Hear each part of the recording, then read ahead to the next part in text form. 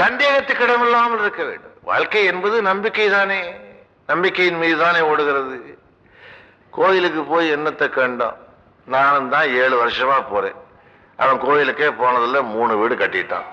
நான் 7 வருஷமா போனேன், ஒரு இளவையும் காணும்.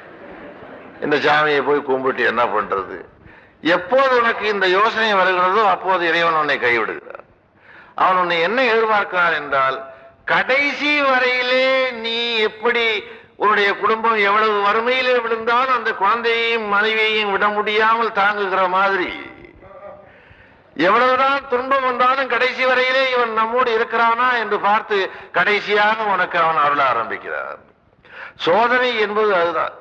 அவன் என்னை இவ்வளவு சோதிக்கிறானே, இவ்வளவு கஷ்டப்படுத்துகிறானே, நான் அவனுக்கு என்ன செய்தேன் என்று கேட்கவே கூடாது.